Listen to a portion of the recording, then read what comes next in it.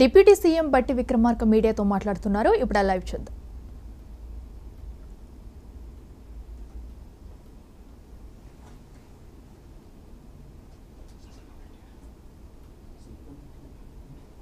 అందుబాటులో ఉన్నటువంటి అవకాశాన్ని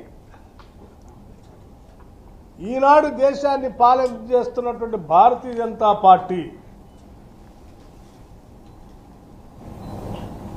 mines and minerals development and regulation act 1957 కి సవరణ తీసుకొని వచ్చి అది 2015 24 ఫిబ్రవరి నాడు పార్లమెంట్లో ఈ యాక్ట్కి ఎంఎండిఆర్ యాక్ట్ 1957కి సవరణ తీసుకొని వచ్చి దేశంలో ఉన్నటువంటి బొగ్గు గనులన్నింటినీ ఎవరికి ఏ ప్రభుత్వ రంగ సంస్థకు కూడా కేటాయించడానికి వీలు లేకుండా బొగ్గు కోల్ బ్లాక్స్ అన్నింటినీ ఆక్షన్ ద్వారా అంటే వేలంపాట ద్వారా ఇచ్చే విధానాన్ని చట్టం తీసుకొచ్చారు. 2015 24 ఫిబ్రవరి నాడు ఎవరు తీసుకొచ్చారా దీన్ని? ఇప్పుడున్నటువంటి కేంద్ర ప్రభుత్వం ఆడ బిల్లు పెడితే ఆనాడు కొట్లాడి తెచ్చుకున్న తెలంగాణ రాష్ట్రంలో 10 ఏళ్ల అధికారంలో ఉన్నటువంటి బీఆర్ఎస్ పార్టీకి సంబంధించిన పార్లమెంటు సభ్యులు అందరూ కూడా 2015 నాడు ఈ బిల్లుకి మద్దతు ఇచ్చి ఓటేసి సపోర్ట్ చేసి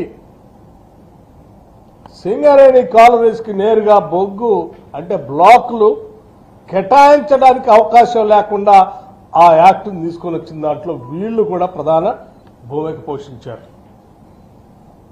వీళ్ళు ఈరోజు తెలంగాణ ప్రయోజనాల గురించి మాట్లాడుతున్నాం. నిజంగా తెలంగాణ ప్రయోజనాల గురించి సింగరేణికి సంబంధించిన బొగ్గు బాయిల్ మనమే పొందాలని ఏమాత్రం ఆలోచన ఉన్నా అదే రోజు మీరు తెలంగాణకు సంబంధించిన పార్లమెంటు సభ్యులుగా ఆ యాక్ట్ని వ్యతిరేకించి మద్దతు ఇవ్వకుండా ఆ యాక్ట్ బిల్లు పాస్ కాకుండా చూసేవాడు. ఆ రోజు సంపూర్ణంగా మద్దతు ఇచ్చి బిల్లు పాస్ అయ్యేటట్టు చేసి ఆక్షన్ జరిగేటట్టుగా చేసి సింగరేణికి బొగ్గుబాయిలు లేకుండా చేసి ఇవాళ తగుదనమ్మా అని చెప్పి బీఆర్ఎస్ పార్టీకి సంబంధించిన నాయకత్వం మాట్లాడుతూ ఉంది. సింగరేణికి సంబంధించిన బొగ్గుబాయిల్ని మేమే కాపాడాం 10 ఏళ్లు, కాంగ్రెస్ వాళ్ళు వచ్చి ఏం కాపాడుతుంది ప్రభుత్వం అని చెప్తున్నారు. యాక్ట్లో మీరు సపోర్ట్ చేసి రాకుండా చేస్తారు. పోనీ మీరు ఈ 10 ఏళ్లు ఈ బిల్లు తీసుకొచ్చి ఆ బిల్లు ద్వారానైనా ఇక్కడ ఈ పరిసర ప్రాంతాల్లో ఆక్షన్ జరుగుతున్నప్పుడు ఆక్షన్లో పార్టిసిపేట్ చేసి ఆ బొగ్గు బాయిలు ఏమన్నా మనకి సింగరేణికి వచ్చేటట్టు చేశారా? అది లేదు, అది లేదు. నేను చాలా స్పష్టంగా చెప్తున్నా, ఇది ఆధారాలతో సహా చెప్తున్నా, డేట్స్తో సహా. నేను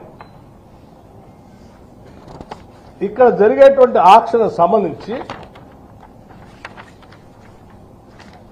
సింగరేణి కాలనీస్ సరే యాక్ట్ వచ్చింది, భారత పార్లమెంటు చట్టం తీసుకొచ్చింది, బొగ్గు బాయిల్లో ఆక్షన్ పెడతా ఉంది. మరి ఎవడైనా తెలియనివాడు ఆక్షన్ పెడతా ఉంటే అది కూడా సింగరేణి పక్కన ఉన్నటువంటి బొగ్గు బాయిలు ఆక్షన్ పెడతా ఉంటే చట్టం ప్రకారం వాళ్ళు చేస్తూ ఉంటే తప్పనిసరి పరిస్థితి ఉత్పన్నం అయితే ఎట్టి పరిస్థితుల్లో నువ్వు ఆ బొగ్గు బాయిలు పోకుండా నువ్వే పార్టిసిపేట్ చేసి నువ్వు తెచ్చి పెట్టుకుంటావు. ఎందుకంటే నీ పరిస్థితి బాగాలేదు కాబట్టి. నువ్వేం చేశావు? సింగరేణి కాలేజ్ సంబంధించిన బోర్డు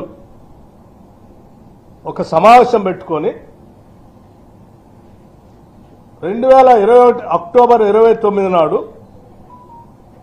ఈ బొగ్గు బాయిల వేలంలో పాల్గొనాలని సింగరేణి యాజమాన్యం నిర్ణయం చేసింది.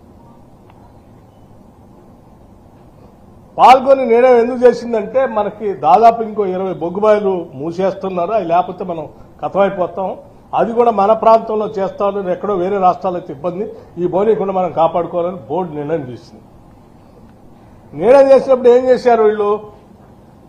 వేలంపాట్లోకి పోకుండా కేవలం వారం రోజుల్లోనే ఆనాటి ముఖ్యమంత్రిగా ఉన్నటువంటి పెద్దలు చంద్రశేఖరరావు గారి నాయకత్వంలో ఒక కోర్ కమిటీ నవంబర్ 5న ఇదేమో అక్టోబర్ 29న సింగరేణి బోర్డు నిర్ణయం చేసింది.